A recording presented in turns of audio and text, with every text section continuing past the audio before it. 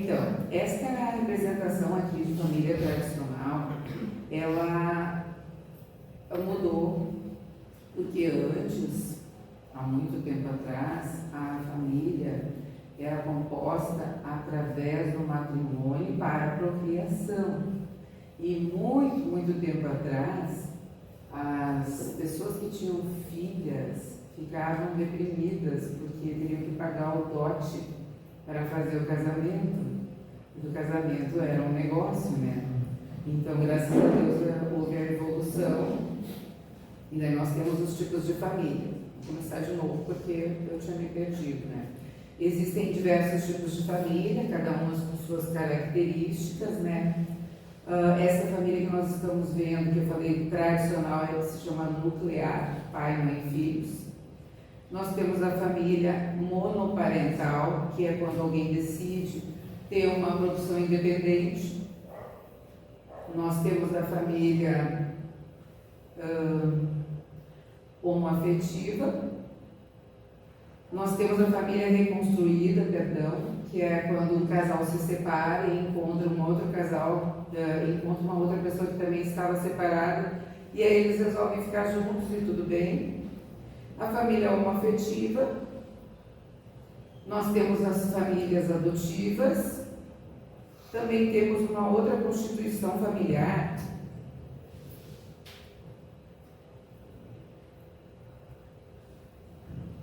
que se chama pluriparental. A família pluriparental é aquela onde as pessoas se separaram, mas elas moram juntas, casadas com outras pessoas, e tudo bem. Nós temos a família grande, extensa, né? Tem o bisavô, o avô, e fazem festas nos finais de semana, e é bom. Nós temos a família biparental, que são casais homoafetivos que não querem ter filhos. Nós temos a família Jinx, que é uma nova nomenclatura, que é a família que resolveu cada um ter sua profissão, serem bem-sucedidos, mas não terem filhos. Nós temos a família unipessoal, que é aquela pessoa que resolveu ser a sua própria família, ela mora sozinha e se basta, e está feliz, e às vezes ela tem um pet, que ela ama muito. Nós temos a família híbrida, que é quando uma pessoa casa com a outra, mas eles gostam de morar em casas separadas, e está tudo bem. E nós temos a família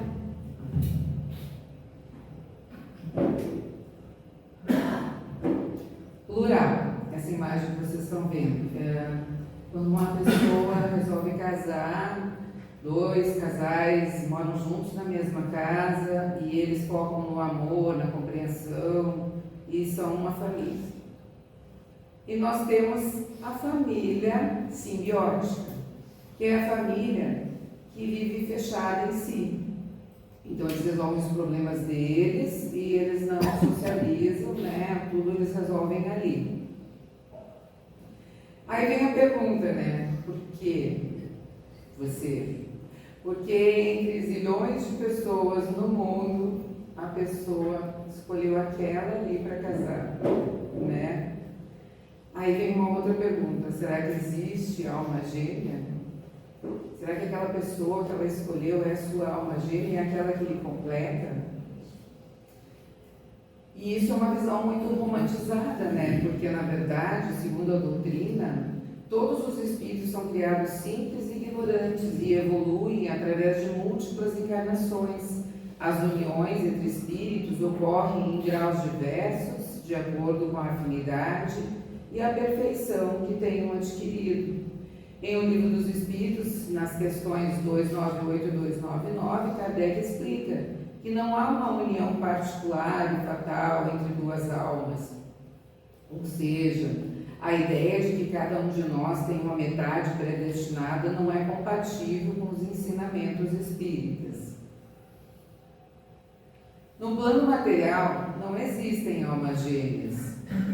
Existe uma combinação de fatores biológicos, atração física, química e emocional, psicológicos, que são as personalidades compatíveis, e experiências de vida. Às vezes a pessoa se apaixona pela outra porque conversou com ela e eles se encontraram, tiveram as mesmas experiências ou traumas. E as combinações sociais, que são as normas, as influências, a pressão. A família bota pressão para a pessoa casar e a pessoa já está com uma certa idade e acaba casando, ou porque é um grupo que todos só casam entre si, né? Então, espiritualmente não existem almas gêmeas, existe atração, simpatia que atrai um espírito para o outro como resultado da perfeita concordância de suas tendências e instintos. Pois se um tivesse que completar o outro, perderia sua individualidade, o que está no Livro dos Espíritos, na questão 301, né? E aí Jesus nos ensinava o amor ágape, né? O amor incondicional, baseado em comportamentos, pela escolha, sem esperar nada em troca. O amor que se doa, que se entrega, que procura o bem e a paz para todos os seres humanos. É a proposta de evolução, não é gerar apego, mas promover e ampliar a família, no sentido do amor fraterno. Então, se os laços de família são um presente de Deus, o que eu preciso saber para o bem conviver? Está na obra Renovando Atitudes, de Francisco de Espírito Santo Neto, ditado por Hamed, que os laços de família, formados em bases de felicidade, amor, respeito e dedicação, perdurarão. Perdurarão para a eternidade e serão cada vez mais fortalecidos. Os espíritos simpáticos envolvidos nessas uniões usufruem indizível felicidade por estar juntos trabalhando para o seu progresso espiritual. Então, as pessoas elas não devem ceder à atração física ou ceder à questão financeira, porque, na verdade, o que vale é a felicidade, o amor, o respeito. Dizem, né, que a pessoa tem que casar com alguém que gosta de conversar, né, porque o resto tudo é efêmero, o resto tudo passa. Então, aquele companheiro para conversar, né, é o ideal. Na obra Constelação Familiar,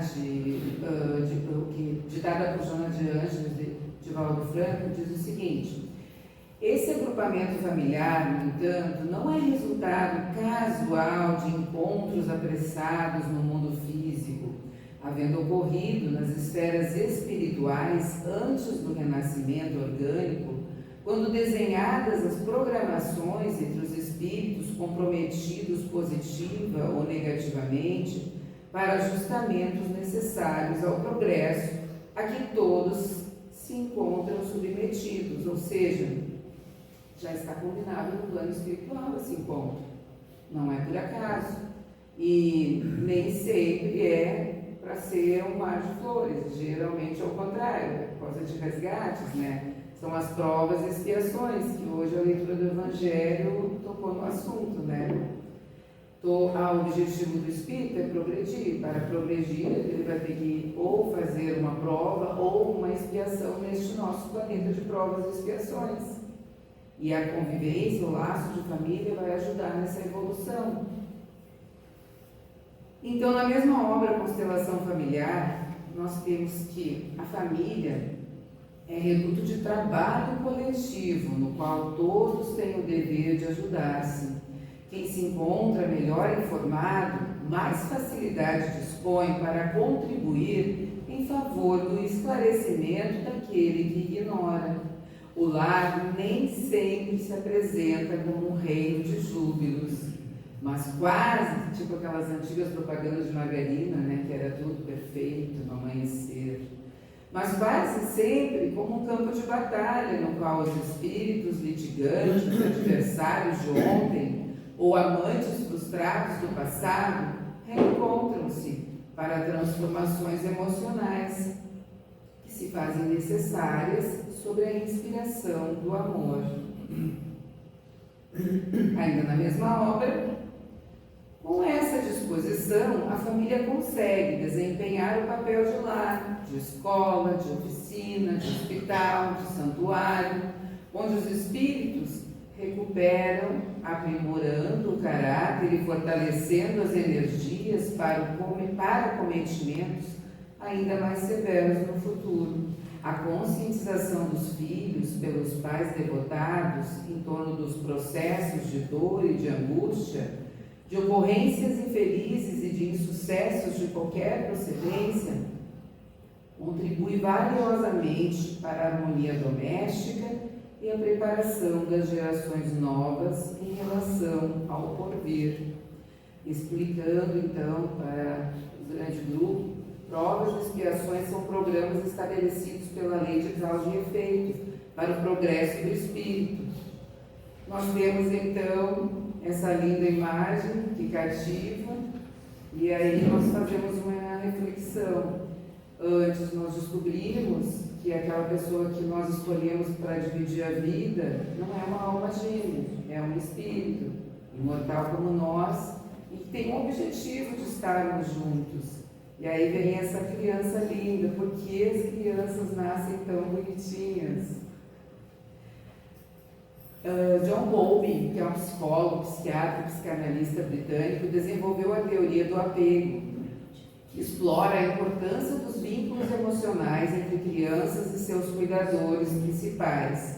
Conforme a sua teoria, para se ter um desenvolvimento saudável das crianças, influenciando seu comportamento e suas relações ao longo da vida, é necessário que as crianças já nasçam com necessidade inata e formem laços afetivos com figuras parentais para garantir a sua sobrevivência e bem-estar.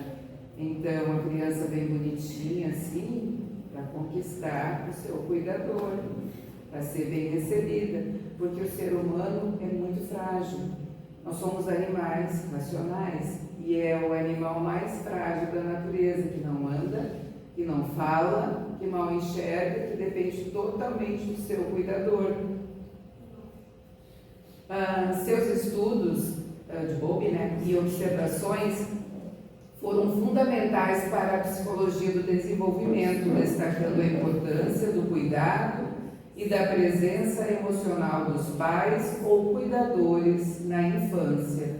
E daí nós temos então a questão 384 do Livro dos Espíritos, que pergunta por que é o choro a primeira manifestação da criança ao nascer. E a resposta dos Espíritos: para estimular o interesse da genitora e provocar os cuidados de que necessite. Não é evidente que, se suas manifestações fossem todas de alegria, quando ainda não sabe falar, poucos se inquietariam os que o cercam, com os cuidados que lhes são indispensáveis? Admirar, pois, em tudo a sabedoria da providência. Então, é a ciência em harmonia com a doutrina. O Bowlby também desenvolveu uma coisa que ele chamava de modelo interno de funcionamento. A qualidade do vínculo formado na infância influencia a capacidade do indivíduo de formar relacionamentos saudáveis ao longo da vida. Segundo ele, são as experiências de apego na infância que formam uma base para como os indivíduos percebem e se relacionam com os outros no futuro. Aí nós pensamos assim, que não é só a criança que vem para conquistar o cuidador. Segundo a doutrina, a natureza deu à mãe o amor, a mãe ou ao cuidador, o amor a seus filhos no interesse de conservação deles. Este amor persiste pela vida inteira e comporta um devotamento e uma abnegação que são virtudes. Está no Livro dos Espíritos, na questão 890. Sobrevive mesmo à morte e acompanha o filho até o além-túmulo. Aí vem o questionamento: mas e aqueles que foram rejeitados? E aqueles que não têm mãe? Aí, essa imagem aqui, alguns conhecem, outros não, mas existia, no século XII, um assassinato em massa de crianças, porque as crianças nasciam e eles não tinham o que fazer, porque não tinham como cuidar, então jogavam no rio. E daí se chama Roda dos Enjeitados ou dos Expostos. Ela foi um sistema iniciado na Itália no século XII pelo Papa Inocêncio III. Ele ficou chocado com o número de recém-nascidos encontrados mortos no Tigre. Então as pessoas botavam a criancinha recém-nascida ali, giravam uma roda e a criança já estava no sistema de adoção. Eles tinham como finalidade acolher os recém-nascidos que eram abandonados por pais que não tinham condições de mantê-los. E aqui no Brasil esse sistema começou no século XVIII e durou até 1950. Recente, né? Então, assim, segundo a doutrina, e respondendo à pergunta, ninguém renasce em uma consanguinidade por acaso, ou tem uma família que o acolhe por acaso. Isso acontece por necessidade imperiosa de ajustamento emocional, de renovação moral e de aquisição de experiências. No livro Jornadas de Libertação, Família Jornadas de Libertação, de Iraci de Oliveira, nós temos que será na convivência em família, com pais, irmãos e demais familiares, que será oferecida a educação moral, obtida pelos cuidados para com as atitudes, orientando-se para o respeito e a cooperação. Em todas as situações, deverão ser ensinados os limites e deverá ser demonstrada a importância de dividir os recursos, como alimentos, espaços e os brinquedos. É no ambiente doméstico que as crianças poderão conviver e aprender o respeito para com a pessoa humana, especialmente para com os vizinhos e com os idosos, sendo importante que os pais se façam presentes e vigilantes e as eduquem pelo exemplo no bem proceder. Tem uma história que os pais, principalmente a mãe, ficava muito estressada com o senhorzinho, o vovô idoso que estava ali, já com a mãozinha, com dificuldade para levantar o garfo, então toda vez que ele ia comer, ele derrubava a comida e virava o suco, fazia uma sujeirada danada, então ela decidiu que ele ia comer uma mesinha do lado. E aí ela botava uma toalhinha de plástico e ali ele se alimentava.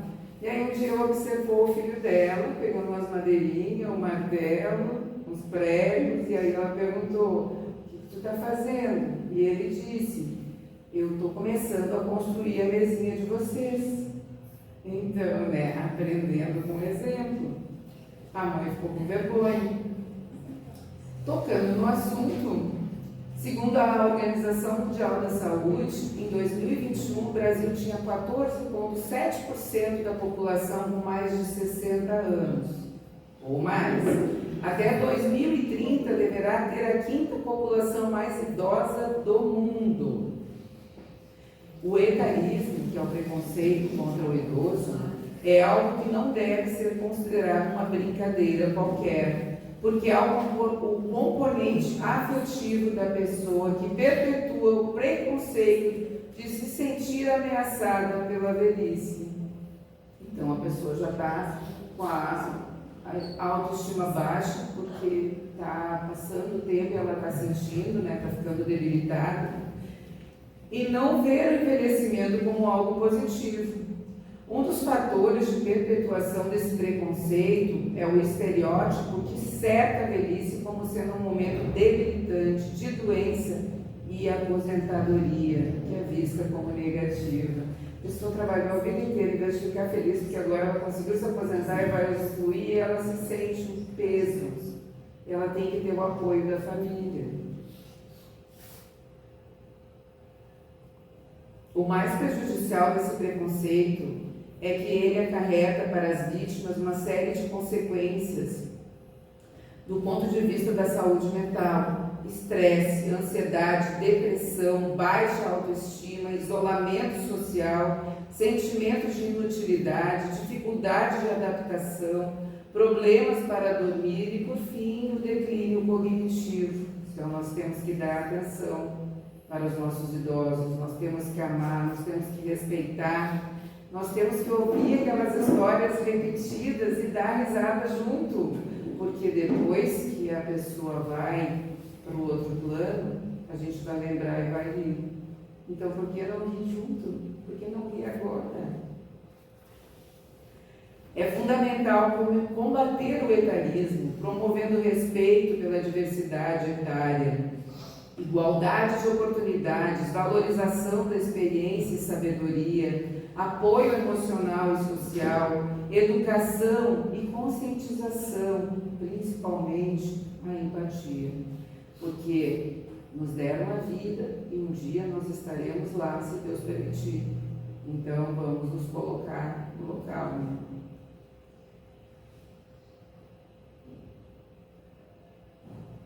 Educar consiste na atenção em relação ao comportamento da criança, para que sempre que sejam notadas atitudes inadequadas, estas sejam corrigidas. E por outro lado, quando praticadas boas ações, que estas sejam valorizadas e incentivadas. As pessoas, elas têm mania de corrigir, mas elas esquecem de elogiar, né? Então a criança fica pensando, puxa, será que tudo que eu faço é errado? Então a gente tem que se policiar e pensar, né, que às vezes também o elogio cai muito bem na educação. Considerando que o espírito passa pela vida corporal para se melhorar, cabe aos pais ou responsáveis, desde a fase infantil, conduzi-lo pelo caminho do bem proceder e educá-lo para a jornada, favorecendo o conhecimento de si mesmo desde a mais tenra idade. Está na família, Jornada de Libertação, ainda do nosso irmão Iraci de Oliveira, que fez há pouco tempo um seminário sobre família, né? Essa obra é muito interessante para quem se interessa. A leitura é edificante. Nós temos aqui então que a verdadeira educação deve ter como meta formar cidadãos, criar condições dignificadoras para o indivíduo, fortalecimento dos valores ético-morais, porque os padrões exteriores mudam de situação a cada momento, enquanto que os de natureza íntima permanecem como diretrizes de sabedoria geradora de paz interior. Então perceberam como é importante o papel dos pais ou cuidadores, como é importante para o resto da vida daquele ser ter moral, ter ética, ter empatia. Além da família, da escola, nós temos também a evangelização e a prática do evangelho no lar, que é muito importante, que ajuda bastante.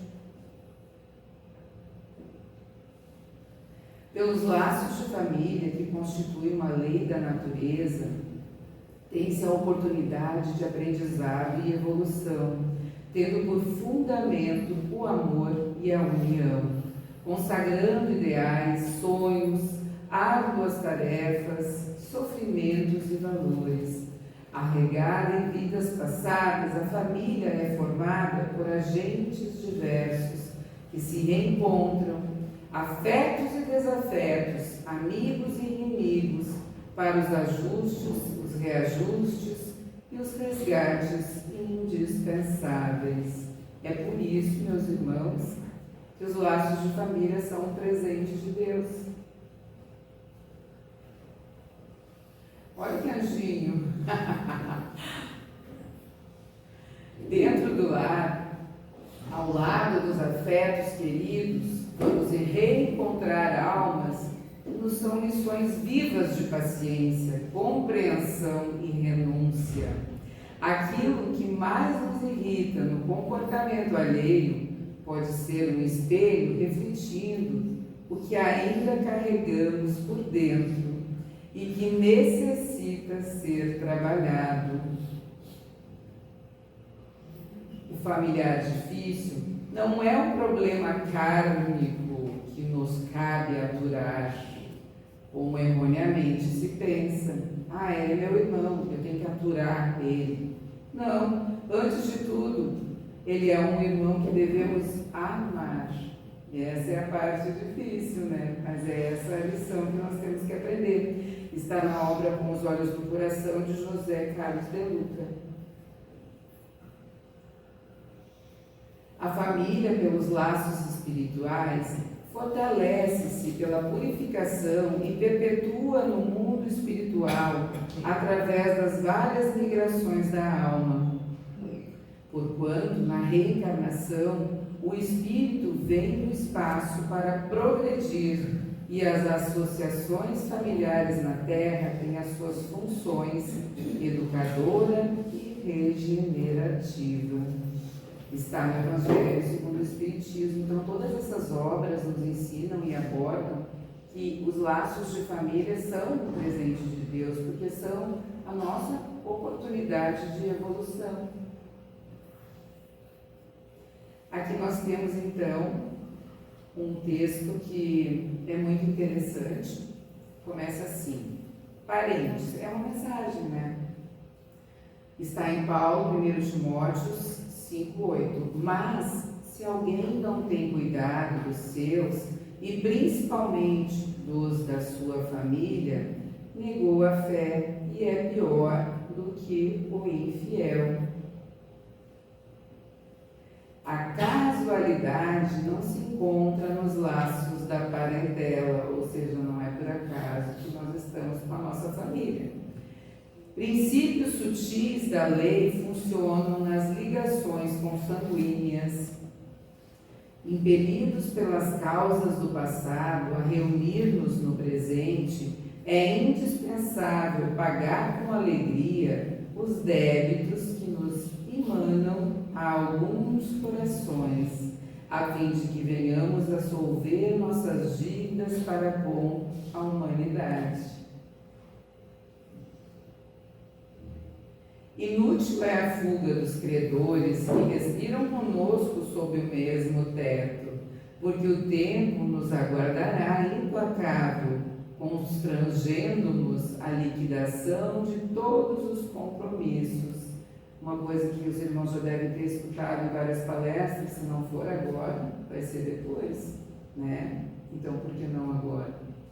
Temos companheiros de voz adocicada e edificante na propaganda salvacionista, que se fazem verdadeiros trovões de intolerância na atmosfera caseira, acumulando energias desequilibradas em torno das próprias tarefas. Então, na rua é um anjo, dentro de casa é daquele jeito, né? Só quem convive é que sabe. E o que nos ensina a doutrina? Ame, ter paciência e amar. Sem dúvida, a equipe familiar no mundo nem sempre é um jardim de flores.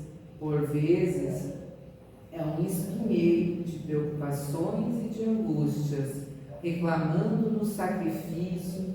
Contudo, embora necessitemos de firmeza nas atitudes para temperar a afetividade que nos é própria, jamais conseguiremos sanar as feridas do nosso ambiente particular com o chicote da violência ou com o emplastro do desleixo. Se alguém é assim, tão querido na rua e tão difícil dentro de casa, não é agindo com violência também que a gente vai resolver o problema, né? Ou então agindo com indiferença. Temos que agir com amor. Que dá um abraço naquela pessoa que está raivosa, desarma ela na hora. Consoante a advertência do apóstolo, se nos falha o cuidado para com a própria família, estaremos negando a fé. Então, irmãos, que tenhamos certeza que os laços de família são um presente de Deus para testar a nossa paciência, compreensão, tolerância, bondade e principalmente o amor. Que possamos vencer a prova ou a expiação que aqui viemos fazer e que nós tenhamos uma boa evolução, que assim seja. Sim, sim.